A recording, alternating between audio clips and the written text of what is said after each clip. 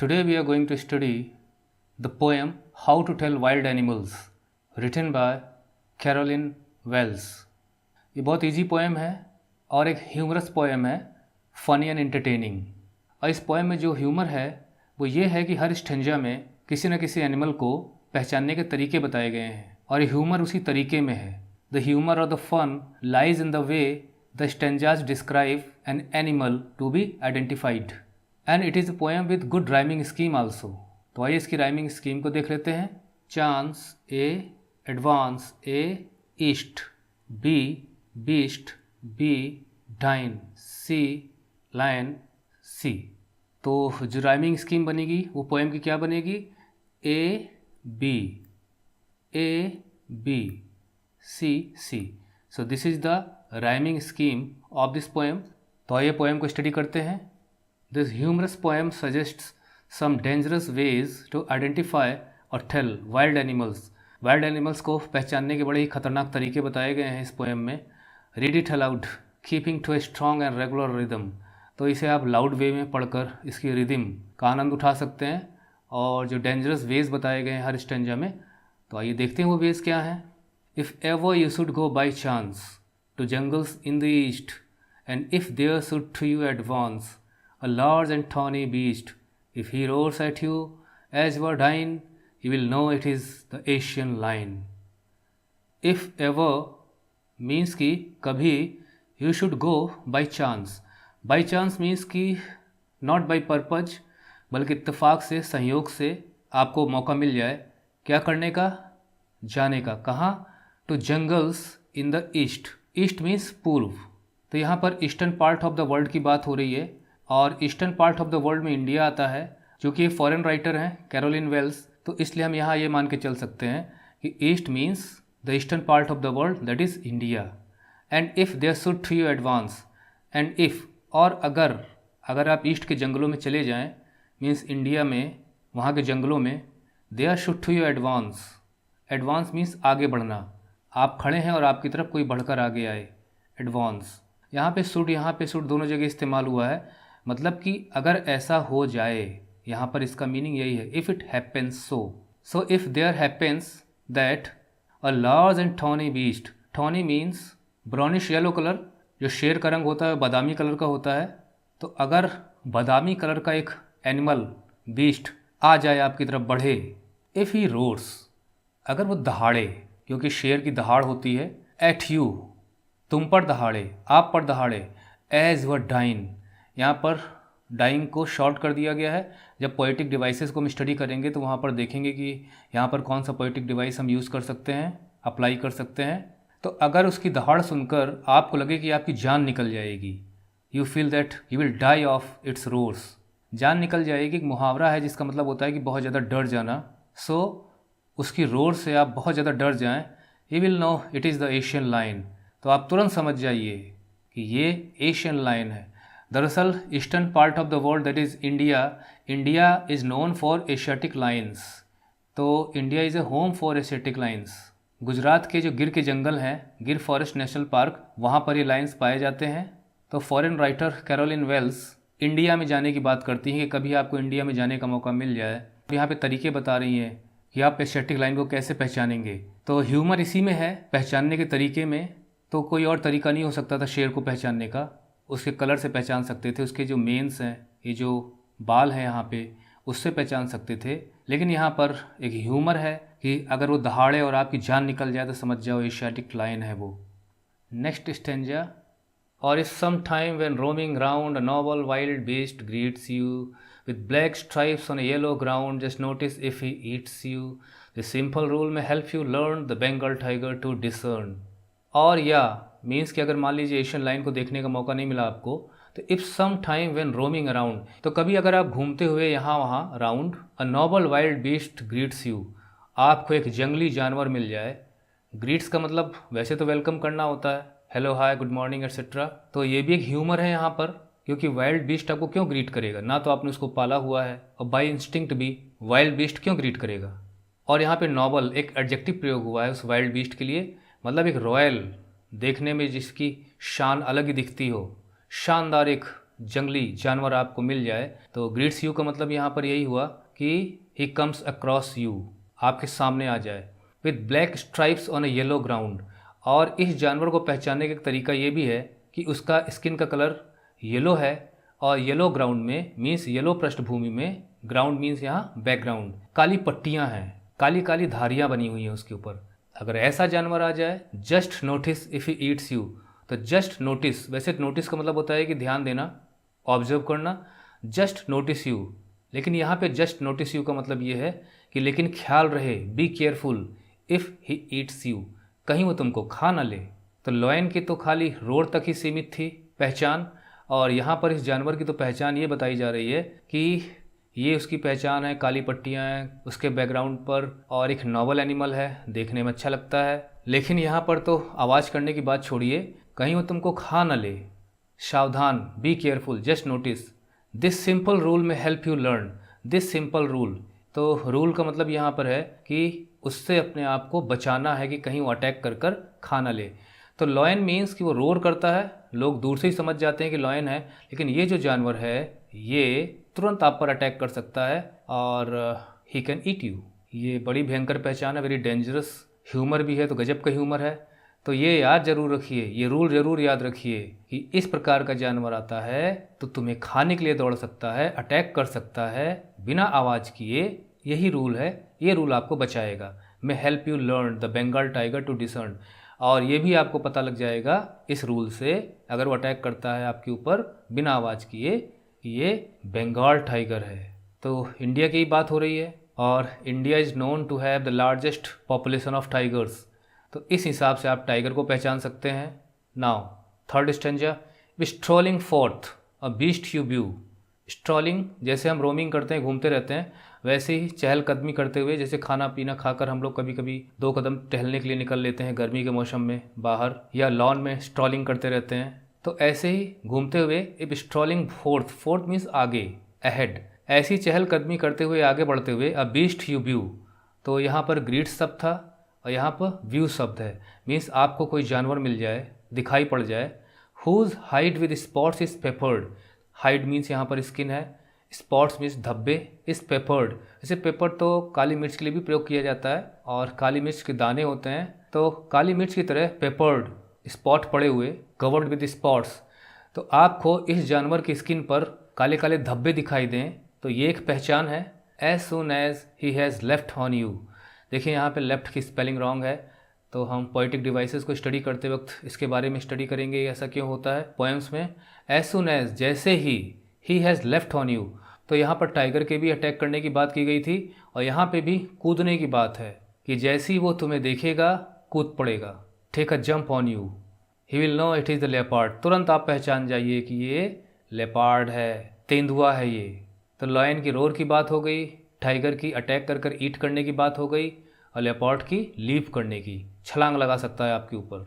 It will do no good to roar with pain, he will only leap and leap again. No good का मतलब यहाँ पर है कोई फ़ायदा नहीं है, नॉट यूजफुल, काम का नहीं है। तो क्या चीज़ काम की नहीं है? टू रोर विथ पेन, तो शेर के दहाड़ने जैसी आवाज़ ये नहीं करता, इतना दर्द वो नहीं उठाता, मीन्स चुपचाप बिना आवाज़ किए। ही will only leap and leap again, वो बार बार आपके ऊपर छलांग लगाने की कोशिश करेगा। तो इस तरह से अगर वो छलांग लगाए बिना आवाज़ किए तो समझ जाइए कि वो लेपार्ड है, मीन्स एक तेंदुआ है।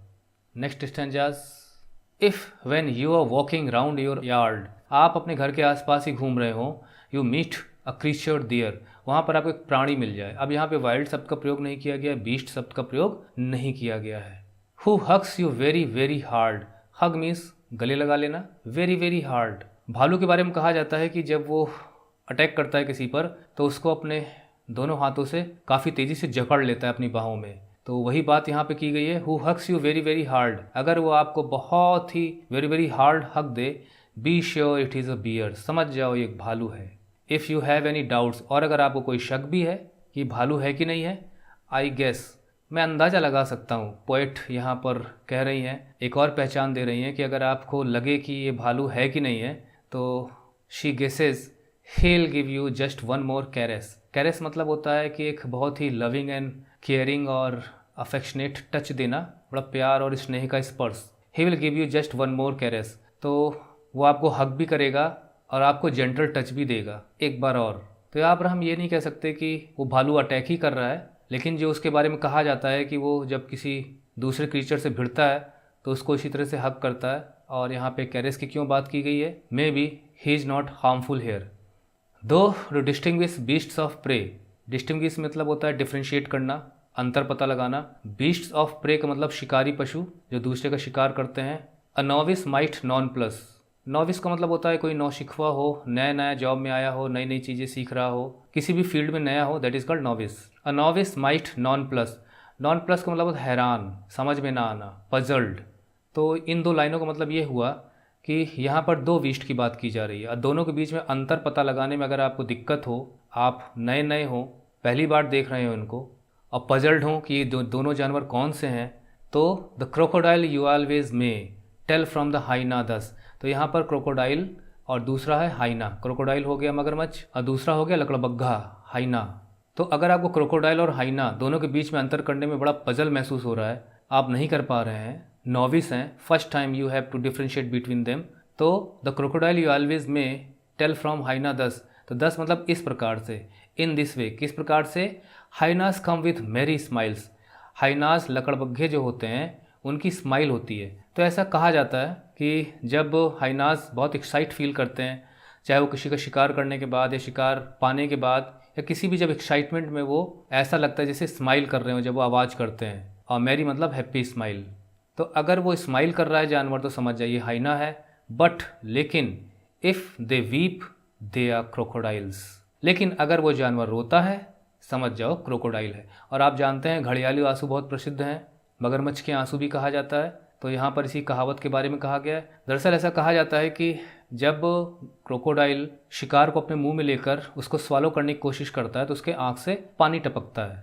तो वैसे आंखों से पानी टपकने को हम यही कहते हैं कि रोना, मीन्स वीपिंग। लेकिन आप यहाँ पे अंदाज़ा लगाइए कि क्रोकोडाइल बड़ी मस्ती से किसी जानवर को शिकार करके उसको स्वालो कर रहा है, अपना भोजन ग्रहण कर रहा है, तो वो क्यों रोएगा? Why should crocodiles weep? तो इसका मतलब वो आंसू झूठे हुए, इसीलिए कहा जाता है घड़ियाली आंसू, मतलब झूठ मूठ के आंसू, सच्चे आंसू नहीं। तो ये स्टेंजा हो गया। यहाँ पर दो जानवरों की बात की गई, दोनों को डिफ्रेंशिएट करने के बड़े ही ह्यूमरस तरीके बताए गए। अब कहाँ हाइना आपको स्माइल करता मिलेगा, कहाँ क्रोकोडाइल आपको रोता हुआ मिलेगा, इसके अलावा भी डिफरेंट पहचान हो सकती थी, but this is a funny poem. ये क्लास 10th में दी गई है, क्लास 4-5 के लिए भी दी गई होती तो और ज़्यादा फ़नी होता उनके लिए। Next stanza, the true chameleon is small, a lizard sort of thing, he hasn't any ears at all and not a single wing. If there is nothing on the tree, it is the chameleon you see. But the true chameleon is small. Chameleon एक lizard family का creature है, पेड़ों पर यहाँ वहाँ आपने ज़रूर देखा होगा। तो होता तो ये छोटा है, जितने जानवर यहाँ डिस्कस किए गए उनकी तुलना में तो छोटा ही है। A lizard sort of thing, lizard family का है, छिपकली जैसा दिखता है, सॉर्ट ऑफ मतलब like lizard. He hasn't any ears at all, और इसके एक भी कान नहीं है। तो लिजार्ड के बारे में कहा जाता है उसका एक्सटर्नल ईयर नहीं होता, मिडिल ईयर भी नहीं होता, मीन्स इसके कान दिखाई नहीं देते हैं, सिर्फ वो साउंड की फ्रिक्वेंसी को सेंस कर सकता है, तो उसके कान नहीं होते। तो ये भी एक पहचान है। And not a single wing, और उसके पर भी नहीं होता, पंख भी नहीं होते। It is very funny, chameleon है, लिजार्ड टाइप का है, तो पंख कहाँ से होंगे, कोई बर्ड तो है नहीं वो। If there is nothing on the tree, और अगर पेड़ पर आपको कुछ ना दिखाई दे, it is the chameleon you see, तो समझ जाओ वहाँ पे कैमलियन बैठा हुआ है।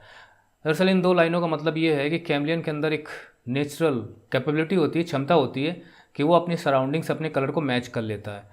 Chameleon has the capability to match its colour with its surroundings, camouflage करने की इसके अंदर क्षमता होती है।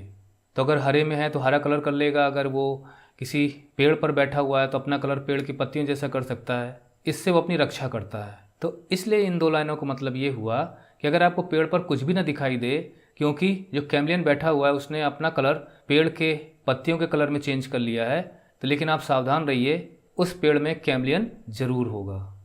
So this was the last stanza of the poem. आइए अब इसके पोइटिक डिवाइसेस को स्टडी करते हैं इस पोएम के। तो सबसे पहले हम बात करते हैं इन्वर्जन की। यहाँ पर देखिए आप, and if there should to you advance a large and thorny beast.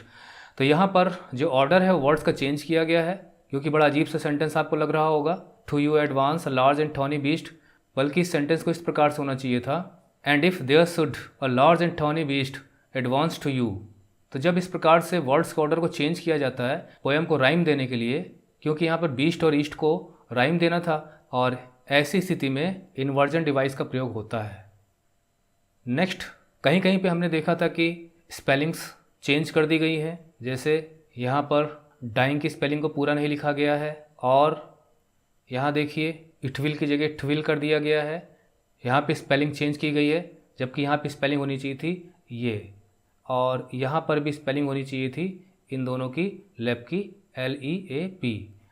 तो ऐसी स्थिति में पोएट एक प्रकार से छूट ले लेते हैं पोएम को रचने में, और इस डिवाइस को पोएटिक लाइसेंस कहा जाता है। पोएट को जैसे लाइसेंस मिला हो कि वो ऐसी हरकतें कर सकता है पोएम में।